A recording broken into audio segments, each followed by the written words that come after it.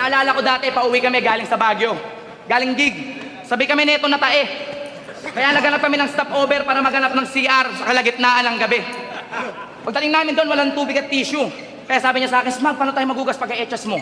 Sabi ko sa kanya, bahala ka sa buhay mo, basta ako, sakripisyo ko na medyas ko. Sabay lumalis na ako ng CR kasi di ko na matiis yung amoy, grabe na sa loob.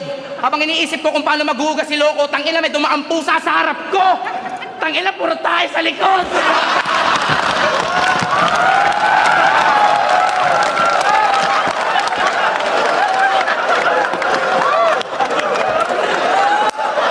Kala mo ha, ganyan talaga.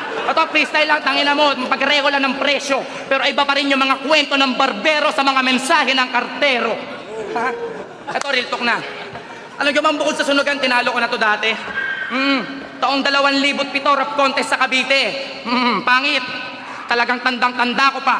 Yung mga alaala ko na nandun kasi ang bata-bata ko pa lang nun pero ang tanda-tanda mo na. 14 anyos lang ako nung unang kinulata ko sa battle tong mayabang na to. Di na kinailangan na maging magalang sa'yo. Oo dyan sa matandang ikaw na binalasubas na noon ng batang ako. Tangina, dinayo pa kita para lang isilid ka sa kahon itong siga na maton sa maikling panahon ay winalang niya sa sariling balwarte na parang hindi siya taga roon. Hanep, di ba? Talagang ibang klase na pagtatagpo. Ako yung dayo pero ako pa yung nagatid sa'yo kay kamatayan para di na siya ma-hassle sa'yo sa mundo. At ngayon, dito sa pangatlong pagkaharap na naman nating dalawa, sa highway ng rap battle ko sa piso ng sasakyan ko nadala. Paturungan kita, sinagasaan na kita dati nang walang kakaba-kaba. Aatrasan lang kita para sagasaan ulit ngayong buhay ka pa pala.